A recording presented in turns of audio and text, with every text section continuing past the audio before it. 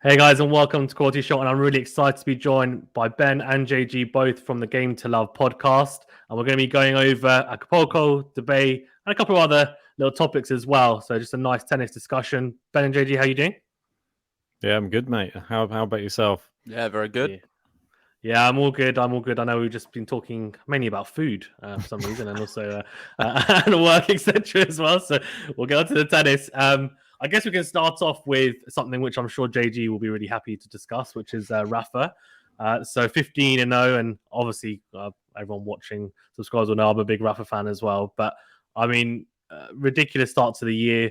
Obviously, the longest unbeaten stretch he's had since the start of the year, and he's at really good. So I just wanted to get your thoughts on that, just so that we can, just revel in the bliss that has been Rafa's start to the year for a little bit. Well, firstly, let's start off with, I know you're a big Rafa fan. I'm very happy that you are. And if Ben does want to leave the channel, I'm always happy to have you on Game to Love as my new co-host. I feel like we definitely need a little bit more Rafa love on the channel.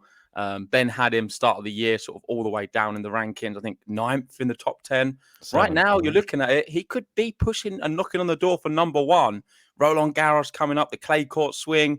He's looking better than ever. 15 games on the bounce to start 2022. The perfect start. He's never played or started a season this strong before. And my only issue with him has never really been the tennis. It's always been the injuries. And if he's saying himself that the foot feels okay, then you've got really nothing to worry about. I just want to see him competing in matches. I understand that there's going to be times where he could lose a few matches here coming up. I'm not delusional by no means, but if he's being competitive and not struggling through injury, then you can't really wish for much more as a Rafa fan. So no career Grand Slam. Now it's still on, so we can't say it's not going to happen. But I think the Wimbledon one is not looking likely, and I'm not going to be picking him to win or get so far in that one, in my opinion. Never say never. Agree. But I'll come to you in a second as well. Your thoughts on it. But yeah, a couple of stats actually quite interesting. I think it was actually Brad Gilbert posting on his Twitter about a couple of interesting stats so far this year. So second serve points won at the moment. So for the whole year has been 55%, which is really impressive. I think he's obviously improved his second serve quite a bit. And if you think about breakpoint saves, 72%. Which is like really good. He's obviously had a lot of juice. It depends on that's not good. I mean, with Rafa, when he first burst on the scene, the serve was never as good as what it is now. That's for sure. However, in recent years, I would say his second serve has been a real good asset. And it wasn't even too long ago, me and Ben were talking as one of the best second serves on the tour. The only difference is with that last season, with the back injuries he was having, the second serve was no longer that force. And in fact, it was very much of a liability. The amount of double faults he hit. I remember Monte Carlo against Rublev sort of fell apart in that one. There was a few events before as well and after. And even against Tsitsipas at Barcelona, the serve wasn't quite the same. And he was a bit fortunate really to get through that. I thought Tsitsipas played a great match. But Rafa, right now, like I keep saying, the injury doesn't seem to be there. This was obviously, of course, another injury in regards to his back and the issues with the serving. But I just feel like a fully fit Rafa who's feeling good and feeling confident in himself is just always going to be dangerous. And I can't wait for this season. It's just an exciting one for Rafa fans. Yeah, it definitely is. It's interesting you said about the back because obviously I think last year was his worst serving year in terms of numbers. Yep. And I talked to tennis analyst actually Craig Viner from Baseline Tennis because he's done what he does work with Holger Rune, and I think he's done a little bit with Tsitsipas and stuff. So he was quite good to have on. He talked about mechanically how Nadal's serves evolved over the years, and it's clearly improved a lot. Like the first serve's bulked up, and he's able to hit the serve out wide from the juice side to the righty's forehand and hit it flatter, whereas before he just kind of it'd arch into the forehand and it wouldn't be as effective. So he's things like that, which has been really interesting to witness, and his improvements there. So it's been great. Ben, from more Ben was here. Yeah, more unbiased view.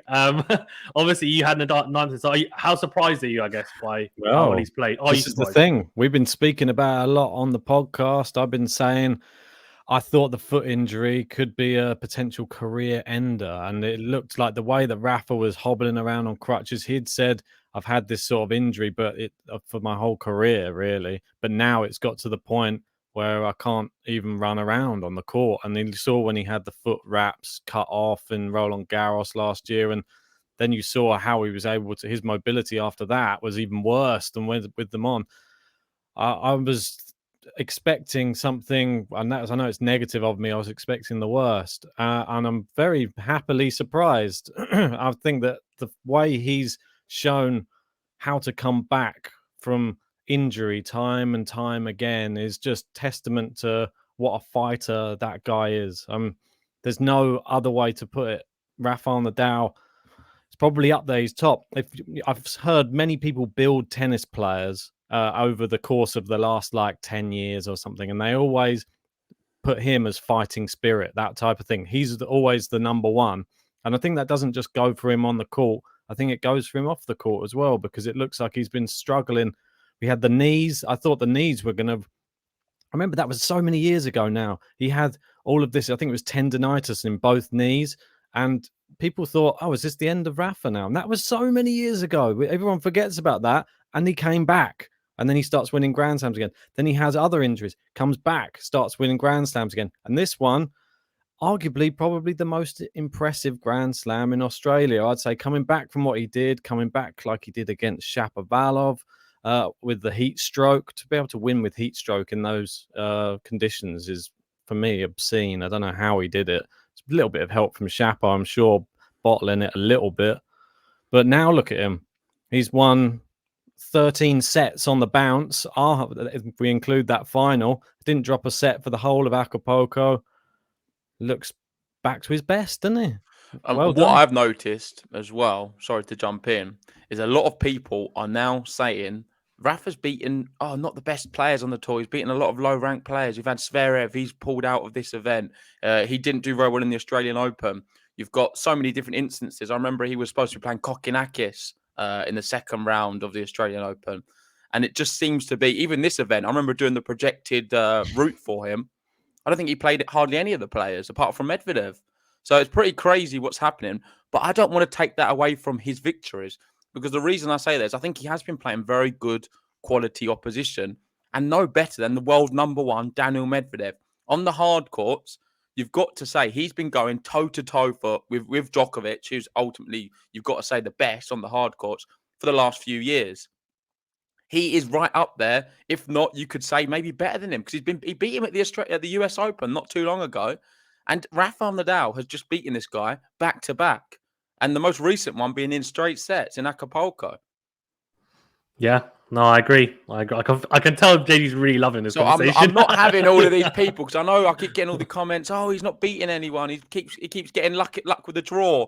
And then you've got all these other Djokovic fans I've seen on Twitter saying about what's happening with the events in Russia as well at the moment. Russian players not allowed to play. Zverev could get a ban.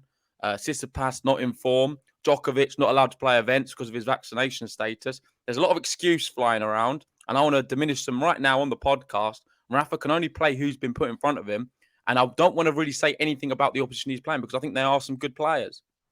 Yeah, no, I agree. And the thing is as well, you can also then, then we could go through history and just say some of the slams that Federer won, Djokovic won. You can say the same thing, right? Like, you can never really do that to a level. I think the problem is that's what I'm saying. People have agendas. Yeah. People have agendas with their favorite players, and they'll try and find a way and little workarounds. I can be a bit guilty of it at times as well. I put my hands up, but with this situation here with Rafa, you've got to respect the fact he's beaten the world number one now twice. One in the Grand Slam final and one in Acapulco as well. So he's beaten the very best. Yeah, no, agreed. That's exactly my point. Yeah, is that it's easy. I think people injured at different times or unavailable, and that's just the way it is. You can only play who's in front of you. So it's been a very impressive run, nonetheless. Before we move on from Rafa, I wanted to get your guys' thoughts, because I'm not sure whether we're going to be able to catch up before Roland Garros, because I know you guys are going out there. So enjoy as well. I'm sure it'll be a fantastic trip. But in terms of predictions, is he the favorite going into it? I'm assuming he's going to be the betting favorite, but do you guys think he'll win? What's your over to you, Ben? I want to see what you have to say. He's definitely the favorite. There is no doubt about it that he has to be the favorite, because I think the only thing that would have made him not the favorite was the foot. And if he's saying the foot's okay, then I think that a fit Rafa is always going to be favorite at Roland Garros. I mean, obviously, I'm not talking about Rafa maybe in 10 years' time. I'm talking about whilst he's playing the level he's playing right now, but he has to be the favorite. We don't know who the other real competitors are going to be Tsitsipas? Is Djokovic going to be there? We don't know yet. Like, there's a lot of things that are up in the air, but the one thing's for sure, at Roland Garros, Rafa is favourite. That's for sure. My favourite too. I think Ben said everything. So what I will do is give you a little dark horse and one of my surprise picks who could go very far. And I think this year it's not going to be a Dominic Thiem. It's not going to be a Stefano Tsitsipas. It's going to be a Casper Ruud. I think he's going to eclipse a lot of them. If he can avoid, I'm not sure. If he can avoid Nadal on his side, he could go very deep. And I'm talking maybe a semi or a final. Yeah, he's definitely someone who I can see him doing really well on the clay. It might be this year, could be next year, but it's definitely going to happen at some point, isn't it? He's got the game for it. Yeah, I like Ben, it. do you have a favourite player? Are you very neutral?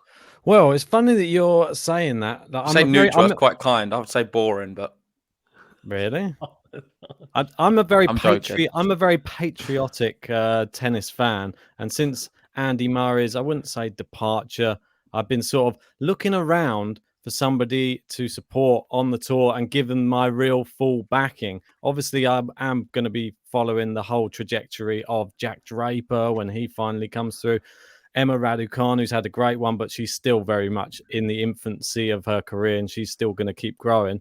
But I'm glad I wore this T-shirt actually today, because this is the person that I would be getting behind. Carlos Alcaraz is the next big thing in tennis. I think everybody will agree.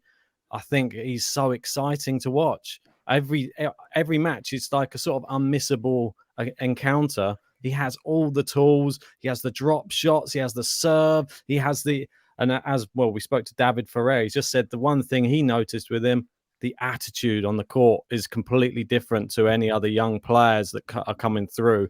And that's what those big players like your Djokovic's, your Nadal's, even like someone like an Andy Murray as well, to a certain extent, they have that fighting spirit to never give up and always keep trying to go back to basics to try and win matches. And I think he's incredible. I can't wait to see him win a Grand Slam. I think it's only a matter of time.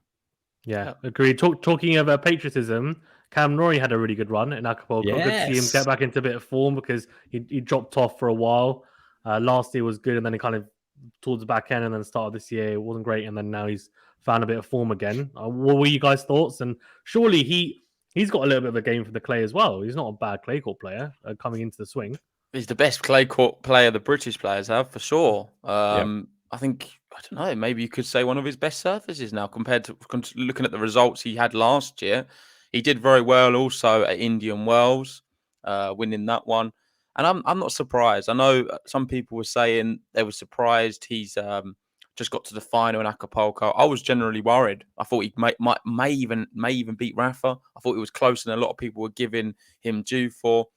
And yeah, I'm expecting him just to keep pushing on and playing the level of tennis he can. His real attribute, what makes him better than a lot of other players on tour, is his consistency. He does have it in abundance, and I think he is knocking on the door of the top 10. Whether or not he gets there or not, we'll have to wait and see. But certainly has that consistent game to be able to get there. A bit like sort of on the women's side, what Krajcikova and Barty are able to do. I feel like Cam Norrie has that as well on the men's. Yeah, I'll back that up as well. And I think it helps for some reason. Being the lefty, it gives him like a different dimension, a different element as well. I think he's great on all surfaces. Remember, he got to the final of Queens last year, only losing to Berrettini in that one. And I think that his best on hard court is the slow hard courts, though. I think it's sort of similar to some of the clay courts. That's why I quite like him. I think he's going to do very well in clay this year. Yeah. He's getting better, and that was the one thing that shocked both of us last year, was the fact that he actually looked much more at home on the clay. Like his sliding was better. He was just able to keep the rallies going, and sort of he doesn't have the biggest weapons on tour, but he gets everything back. You could say a little bit similar to like a Schwartzman maybe on a clay court, because Schwartzman gets around the place. He's probably a bit faster than Norrie, I'd say, but I think he's got all the tools just to keep the rally going. Percentage tennis sometimes can win you big tournaments. And I think we've seen it with that Indian Wells. He just was the most consistent player over the course of the tournament and ended up winning it. No, I agree. The forehand cross court is always going to be a nightmare for any righty, right? So as a lefty, as you said, it's a really, really potent shot that he possesses. He doesn't have the biggest weapons, as you said, but I think something that he mentioned recently was that he's more confident taking the impetus in rallies. Before, he would just wait for the error and wouldn't actually be as proactive in the rallies. But now, I think we saw against Rafa to be fair in the final, like there were some rallies where he was actually managing to hit with Rafa and then potentially hit a winner at the end of the rally, and you're like, oh, okay. You wouldn't expect this as often anyway to happen. It didn't just happen once or twice; it happened a few times. And like, okay, he's clearly feeling his game at the moment, and he's more confident in the way that he's playing. He's not taking so many risks that it's harming his game. He's kind of found that nice blend and balance at the moment. So I'm excited for him on the clay courts, and hopefully he carries on this form because it'll be good to see a Brit. I think obviously Andy Murray's not going to play the clay, so I think obviously his chances there wouldn't have been that great anyway. I think it's always been his worst surface. So, we'll see how Norrie gets on. Talking of like the big three, as we talked about earlier, Djokovic returned. What were your guys' thoughts on his return? How did he look? Obviously, his first tournament fell to Vesely in the quarters in the end. But I mean, what do you think? Just rusty? Slow start against Musetti, better against Khachanov, okay against Vesely. I thought he played all right in that match. Didn't look too bad. I covered the second set. I think Vesely's serving was just amazing. And you've got to look who Vesely was able to beat that week. He beat all of them. So many top players. He beat Agut, who's in crazy form, start of the year, won an event prior. Shapovalov, who's a top player on his day. Marin Cilic, Grand Slam champion. And then Novak Djokovic. And I think I put a lot of emphasis on the fact that Vesely was playing great rather than Djokovic was poor. Of course, if it's a fully firing Djokovic on all cylinders and maybe he's got a few extra matches under his belt this year, he may have had a little bit too much of Vesely regardless of how he was playing. But all in all, I think Djokovic fans should be quite pleased with the way he played. I'm not jumping on the bandwagon like a lot of people have been saying, oh, he's poor from Djokovic. He's going to have a bad season this year. I'm not buying it at all. I was actually quite impressed in spells, especially against Khachanov. I thought he was really good. And Vesely, there were some great rallies and some really good shots. Just lacked slightly, and that can happen in sport. We know that. It's never certainty no one's going to win. And I thought Vesely just served big at big moments and deserved the victory. Yeah. Ben, anything to add to that? I think I actually agree with JG. I think that Vesely, just one of those sort of shock runs in a tournament. I wasn't expecting to see Vesely play at that level. I don't think I've seen him play at that level for years, which was pretty crazy. And obviously he just came up a little bit short against Rublev in the final, but you could put that down to a little bit. He did have to qualify for the event as well. So you've played a few extra matches. Maybe, I think he even said that he was probably a bit tired by the time he got to the final anyway. Yeah, I think Rublev said after the match, he was like, I'm just amazed this guy was able to play so well today in terms of his legs must be finished. And Rublev spoke about the battles he has with Agut, usually 3 hours. He can't beat Djokovic. Struggled. He lost to Cilic last week as well. So all the players he's just beaten, Rublev struggles with. And he was saying, for a guy to be able to beat all them players and get to a final and be able to play at this level, credit to him, hats off, because he kind of expected to win because his legs must be finished, and I can understand it. Yeah, I don't think it's a bad result for Djokovic per se, because we know if you're any sort of tennis fan, you know that those shock results are somewhere on the tour. They're going to happen maybe once a year or once every couple of years, and these big guys do sometimes come up against somebody who is just in ridiculous form. Obviously, everyone always goes to the Rosal Nadal or the Sergei Stakhovsky Federer, like that. When you get someone who's just playing their amazing tennis on that day, it's like there's nothing you can do. All the tennis players in the top, I'd say 200, 300, are all that good. If they play like their best tennis, they can challenge anybody. But the thing is, it's always consistency at the top level, and you don't get to sit. That's why those players are at the top. Consistency. And I think Djokovic will be fine. It's a warm-up tournament coming back, his first matches of the year. Be interesting to see if he does enter Indian Wells or if he's allowed to play. I'll be interested. He's going to be allowed. Yeah, but we'll have to wait and see.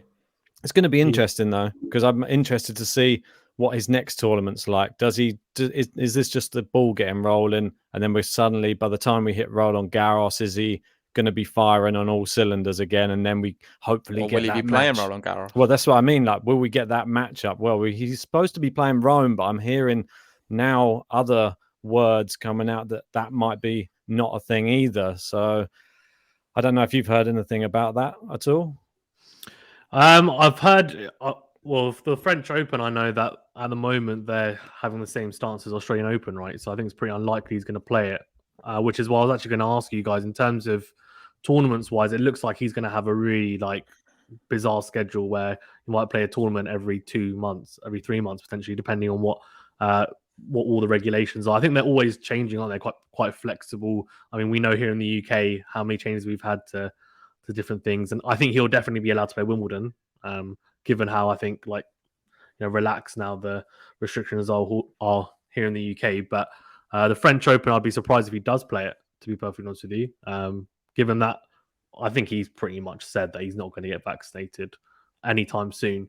Which is what I was going to then ask you guys, do you think that's going to affect him in terms of, for example, playing at Wimbledon, given that he's not going to have a lot of match practice going into some of these tournaments, just stop starting throughout the whole year? Or is he now experienced enough that he can get up for these tournaments and be fit enough to kind of get through the first few rounds and almost just use those first few rounds as practice matches to then find form? I don't think it's going to affect him. He's the favourite for Wimbledon. I reckon he'll win it as well. Not sure about the fact of him missing events prior. I think he's going to have a little bit too much, personally. The people who you need to look out for, the likes of Berrettini, is really good on the grass. I think Felix as well. The way he started the year, he's a really good grass courter, and I'm expecting him to go very far. I'd love to see one of them guys potentially win it, because I'm not giving Rafa much of a chance there, if I'm honest. But ultimately, Djokovic will be the favourite. Yeah, I think Rafa, even though it's a bit crazy to say, I still think if Rafa manages to win Roland Garros, let's put it like... Yeah, but we always say this. That's the thing. I've said this. I've said this, Ben, for the last however many years, because it's always Roland Garros, then Wimbledon. And I say, if after he's just won Roland Garros and without dropping a set and he's looking amazing, I always then put a bet on the bookies. I'm like, he's winning Wimbledon this year now. And I've lost every single time because I get wrapped up into it. It's not going to happen. It just doesn't. To be able to, for a start, it doesn't matter who you are, to be able to win Roland Garros and Wimbledon, considering there's not much gap in between, and going from the clay courts to the grass courts and being consistent enough to go in the whole 2 weeks and the physical battle of the clay courts, in terms of there's some long rallies at times and some long matches, to then go to Wimbledon and compete and get and go and win that is unthinkable. Djokovic did it this year, which makes it so amazing. Nadal did it in 2008 as well, didn't he? Yeah. To be fair. It's a special, for me, that's one of his greatest achievements ever. Well, let me finish what I was about to say, because I know what you're going to say. What was I going to say? No, go on. All right, okay. So I was going to say, well, what happens if Rafa gets to Wimbledon, Felix knocks out Djokovic, other results go his way, Rafa finds himself maybe in a semi-final with Medvedev again, or someone like that, and someone he knows he has the mental fortitude to beat now, because when he gets on the other side of the court with a lot of players, they're sometimes beaten already, and that's the thing that you have to fight against with Rafa on Nadal. And we have seen him not so long ago. He was in a semi-final at Wimbledon. I don't think it's outside the realm of possibility. If results go his way, he avoids Djokovic, or Djokovic goes out, could see Rafa in the final, maybe. Listen, I'm all here for it, but the thing is, I think you're looking at players like a Berrettini who are going to be... Yeah. It's going to be a lot more of it. Berrettini and Nadal is usually a one-sided battle all the time. You play them at Wimbledon, I'm telling you now, it's no longer a one-sided battle. Yeah. Different prospect altogether. Yeah, there's going to be a lot of them tests as well. Well, if his serve's firing.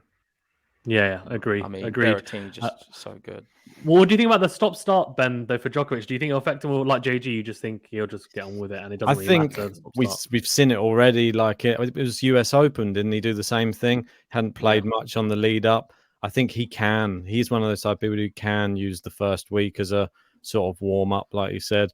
I don't think it will affect him at Wimbledon, especially last year. It was a bit of a breeze for him. It didn't really even... I mean, I know he dropped a set in nearly every round, but it doesn't even matter. Or maybe that was US Open, but he dropped a set to Jack Draper Does anybody think, oh, Jack Draper's going on to win this? Probably not. It's just Djokovic. I want to throw something out there which could be super interesting. So Djokovic doesn't play until Wimbledon. He plays maybe the odd event here and there. He's not played. He's a bit rusty. First round, he gets a wild card. Guess who the wild card is? Curious. It's Roger Federer. Roger Federer. He gets Roger Federer at Wimbledon on the centre court as a wild card. Roger's dropped all the way down the rankings now. Where is Roger in the rankings? Anyone know? It's a good point. I haven't checked on Rog for some time. I'll have a look. Because I'm sure more points are going to be dropping off as well. 27th. 27th. I'm not sure what stage he's going to be at, sort of come Wimbledon. You'd expect a lot of points. Yeah, he's not going to be seeded. So he's going to be a wild card prospect. Andy Murray? Djokovic loves a wild card first round. He got Draper last year. Is he going to draw Federer and have a centre court battle? Put that out there. He's not played. Federer's not played either. Listen, that'll be an amazing. I don't know. I'm just hoping it happens, but I thought you were going to say something. I thought you were going to say he plays Vesely first round. I mean, he'd probably prefer to play Federer. Yeah, considering Vesely's beaten him twice now. Exactly. He hasn't beaten Vesely, has he? Yeah. Kyrgios. Crazy. Yeah. There's a lot of people out there. But they're best mates now, so they won't be the same. Yeah. They're best mates. I even saw Kyrgios say today that if Nadal wins the French Open, he's the GOAT hands down. Yeah, I was thinking, all this love from Kyrgios for Nadal and Djokovic is blowing my mind. It's so funny. I love it. He's a great character. Well, in debate though, like Rublev won in the end. So of course you said like Vesely was a bit shot by the end of the final, but he has won 3 tournaments the last 4 or 5 weeks. He's suddenly come into a hot streak similar, well, actually a lot more than Norrie, I guess, considering he's won 3 of those tournaments. And he lost Felix in Rotterdam in the final, then got revenge the next tournament, and now has just gone on this ridiculous run. What do you think? I mean, it's good to see him back in form for me. I mean, he's exciting play, he's all out aggression, really. And do you think he has any chance on the clay? The reason I say that is because obviously they're very slow courts, but the thing for him, I guess, is that he wants to make as many forehands as possible. So I guess the clay will give him that opportunity. What are your guys' thoughts? For a start, has Rublev won 3 events this year? Have he won 2? No. Is it 2? I thought he had won 3. Or maybe 2 then.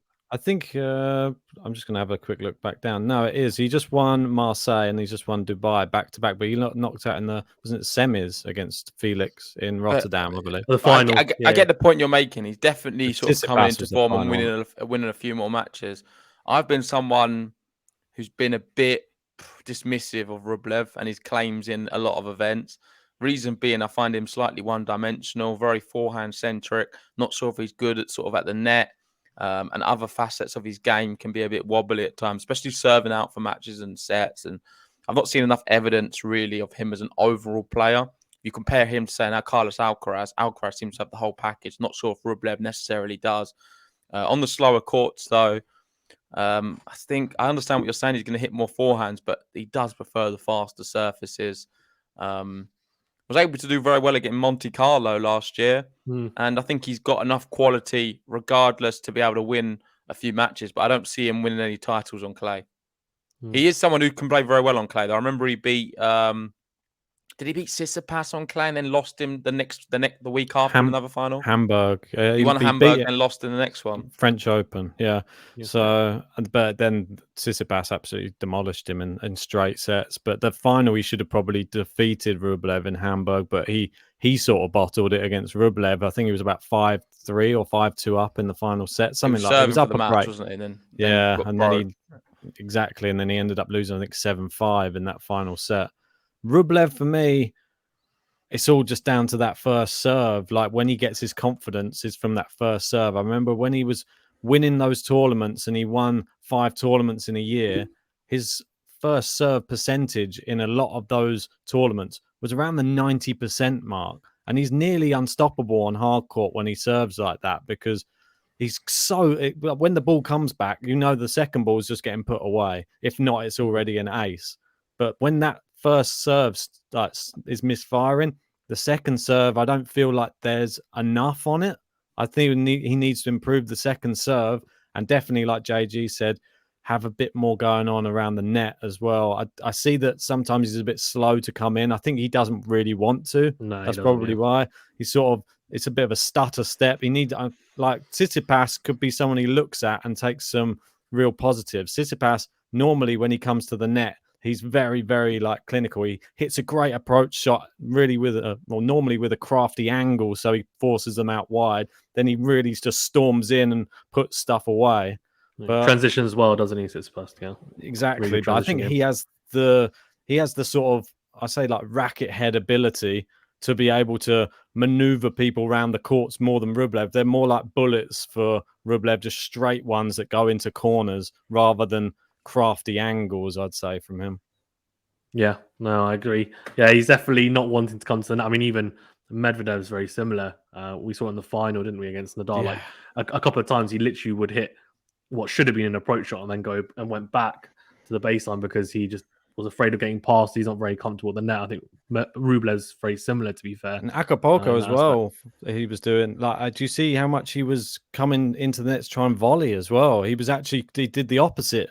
He was just thinking, I don't know what to do in these baseline rallies at the moment, which is unheard of for Medvedev, really. So he kept coming to the net, but he wasn't good at the net. Rafa was either passing him or he was just enough. So he got a racket on it, but he couldn't get it back in the court.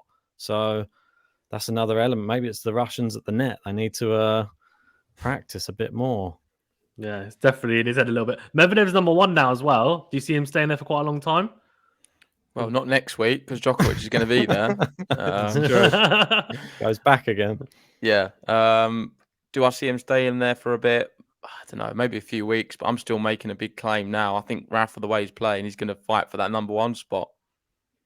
Definitely has. I think Medvedev, when it comes in and around the hard courts again, he should be okay. I think his grass court form's really come on, and I expect him to get better and better at Wimbledon each year and the Roland Garros. I think Roland Garros, we all know it's all a bit of a joke about Medvedev at Roland Garros. I think that's gradually going to disappear, and he's actually going to be a contender in about 2 years or 3 years. He's probably made the quarter last year, didn't he? So that's what I mean. I think it's all a little bit smoke and mirrors. He likes the fact that no one's expecting anything from him. That's true. So I think that it'll be like the same as Murray. Murray, everyone was like, "Oh, he's terrible on clay. He's British. they're no good." And then by the end, if Djokovic wasn't there, he probably would have won Roland Garros. Yeah. So no, agreed. Well, 2016 wasn't it? 2016. Yeah, I believe so. Yeah, that was it's a good find as well. To be fair, he's not bad. He wasn't definitely not bad clay court player, that's for sure. Very good. Won some big. I believe we won a couple of Masters events, or at least one. Yeah, he did. And then just to finish off, then obviously not from a political standpoint, but more from a tennis point of view, the kind of the Ukraine-Russia situation. But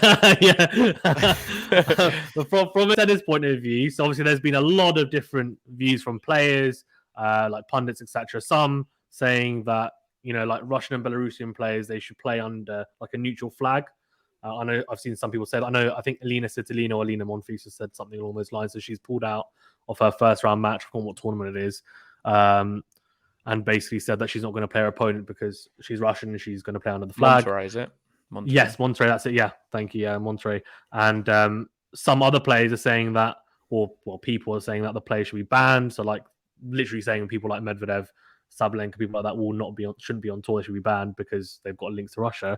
And others are saying, well, look, it's not really their fault. They've got no links to it. Most people like Rublev, for example, are be against it, and they're saying, look, we should just continue as is, but cancel the tournaments in Russia, which I think is already kind of happening as we speak anyway. So what are your guys' thoughts on it? You don't have to take a really hard stance, but if you don't want to... I'll tell you what I'm going to do. I'm going to let Ben go first on this one. The reason being, we once had a Russian button with Putin in it. So I think Ben should use his experience to talk on this matter a little bit first. Yeah, I mean, I don't really want to go into like anything really political in it. The stance from like players, I feel really bad for actual Russian players who are playing, who have the stance that they don't obviously want to back war and anything like that. But then you've got to look at it from two sides as well, that if they speak out against it, how welcome are they going back to their homeland as well? So I feel they're in a horrible position and you don't know what sort of consequences there are for those people's families or things like that are back in Russia. So you got to take all of that into consideration. I think it's like the Olympics; they have to go under like a neutral flag. But I think there's part of me that thinks you're not going to see some of these people speak out that much if they have family back there, or if they have a lot of ties. We have seen a few speak out, which I commend their bravery for. Pavlyuchenkova wrote a nice message about it. We had Rublev on the camera writing "No war." Svitolina's doing what she's doing from the Ukraine side. Yeah. Well, what other Russian? I think I've seen a few other Russian players. Medvedev, he put that sort of that big sort of, I don't know what it was, like a mural of him talking about the kid with the story he did, with the dreaming. Yeah. So I think Russian players have sort of done their part. Whether or not they should be banned or not, I think that is a bit harsh, because a lot of them hold the sentiment just like us. They don't want a war. Ultimately, it seems like there's just a few very sinister, I can't think of the word, very controlling people in Russia who want to sort of cause this damage to Ukraine, which is very horrible. And ultimately, we are very much of the message. We want the war to stop. We want to spread the peace. And hopefully it can be resolved soon. I think what should happen is, I believe the ATP and the tours should pull out of events in Russia. They shouldn't continue with sort of St. Petersburg and other events. We've got challengers there as well. And I don't think events should be played in Russia for sure. But that's my only real take on it. I think Russian players should still be allowed to play. And the event shouldn't be taking place in Russia. I agree with both of you. I think that the Russian players and like Belarusian players, they're not connected to it, right? So they're just there to play tennis, so they should be playing, right? And I think they're either coming out and saying peace, or they're not saying anything. So either way, I think that's fine. Especially if they don't want to take a hard stance, given as what Ben said about there might be a complicated situation politically for them. I'm sure it's not as simple as just saying I'm going to come out and say something and there might not be any consequences. So understandable. And then I guess from the flag point of view, like you mentioned the Olympics, man, but it's not the Olympics. They're not really playing under a flag per se. They're just like, okay, it's Medvedev from Russia, but he's not. If he wins a tournament, he's not giving any of his money to Russia. He's playing as an individual. They're representing themselves. I mean, if we're talking about the Davis Cup or Laver Cup or one of these team events, and it's a different thing altogether. But we're not. So I think it's just the reason I just said what I said before is because I think that there can be obviously consequences, and that's the one thing that would worry me, is because I know that we've seen what happens when people do speak out. I know that guy, if you've seen the documentary Icarus, which is about is a scientist that helped with the Russian doping program, and when he spoke out against them, he's in hiding still now. Like he can't ever go back to Russia. That's like that's it for him. Like he will be killed if he's found, and that's the horrible reality. If you do speak out against one of their parts of their regime, I mean, no, that was just sporting. But if you speak out against something which is more than that, I don't know what the consequences will be for you. And that's the sad reality of it. So horrible. On that depressing note, is there anything that you guys want to touch on before we wrap up?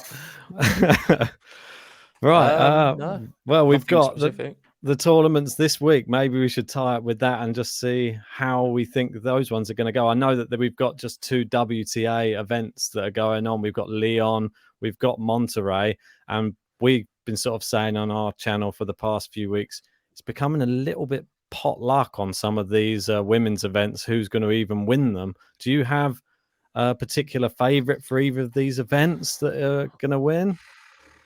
Lyon and Monterrey. I don't. It's difficult. Like at the moment, I guess it is a bit pot luck. I guess. When are they starting this week? Right? It's on this They're week, on. Right now. Yeah. Oh yeah, of course. Yeah. So I mean, it's interesting because we saw like Swiatek recently. I think she's not playing any of them, is she? Though. No. She played so well. I thought I didn't even forgot to even mention her on this, but she's come into a bit of form. But she played unbelievably well last week. Katie Bolter's back as well, isn't she? She's playing in Lyon, which is good to see her playing. Just knocked out Anna Cunha. Yeah, and Sloane Stephens just won a tournament. She's playing in Monterey, so she might be someone to have a look at as well. But I don't really have any specific favourites. Cerberus Tormo's playing, I know as well. She might be someone to look out for. But it's good to see Sloane Stephens finally get some wins under her belt because she's kind of been a little bit in the wilderness. I know she got married recently as well, but now she's finally managing to find some form. So maybe she's someone to look out for. And I'm hoping that Katie Bolton is able to do something as well because she looked pretty good. I thought in Wimbledon for the few rounds she was in the tournament. So I'm hoping she can find a bit of form and a bit of momentum in the tournament. Who are your guys' picks? I think I went Leila Annie Fernandez for Monterey, and I forget my other one if I'm honest. I think I've gone Golubic on Leon, and then on the other side, I forget who I even picked for the other one as well. That's I think I might have had Cerberus Tormo actually. Yeah, you might have. Yeah, she's definitely. And I went Cirstea. Don't back against Cirstea. I always say is whenever I cover, whenever I do, so I do the day by day roundups for the Grand Slams, and whenever a seeded player plays against Cirstea in the first few rounds, I'm like, they're going to lose. Because she's like the upset queen. She always beats like the seeds in the first few rounds. It's like Kaikenepi all over. Yeah, literally. But she's all like, since I've started the channel, which is like just over a year now, every single Grand Slam, I'm just like, she's going to blitz them. And she just does it every time. It's great. Obviously, normally it's up the whole of the first week. She just cleans up, and the second week she ends up falling at some point. But it's great to see. Yeah, thanks guys for being on. Really appreciate it. Thanks for taking time out of your day as well. Do you guys want to shout out your channel and social media? I'm sure everyone watching already is part of the GTL family as well. But yeah, we're the Game to Love boys. I'm JG. That's Ben over my other shoulder, and we've been doing YouTube videos predominantly on YouTube. We do some stuff on Spotify as well. Everything tennis. We're covering a little bit more challenges now. We like the future of tennis. We're always going to be promoting the youth. And of course, the watch-alongs will be coming back soon as well with some big events on the horizon. So make sure if you haven't already, so go and subscribe to Game to Love Tennis Podcast. And we'd love to see you in the live chat. Indeed. And I've just checked and I didn't pick Cerberus Tormo. I picked Anne Lee, remember? Oh, yeah. So this was a bit of a running joke on ours because I had Anne Lee as my dark horse for the Australian Open. She went out first round. So she does better for me in this one. Steve double downed. He doubled down, basically said, yeah, no, it's just Damn gonna right. do it. Exactly. Yeah, thanks guys. And also, yeah, if you are watching a new to channel, do drop us a like and subscribe if you don't mind. And we do appreciate it. Click the notification bell as well to get us all new videos. And yeah, do check out the Game to Love. As I said, I really enjoy their videos. So I'm sure you guys will too. Thank you very much, guys. Stay safe and well, and see you on the next video. Cheers, guys. Thanks.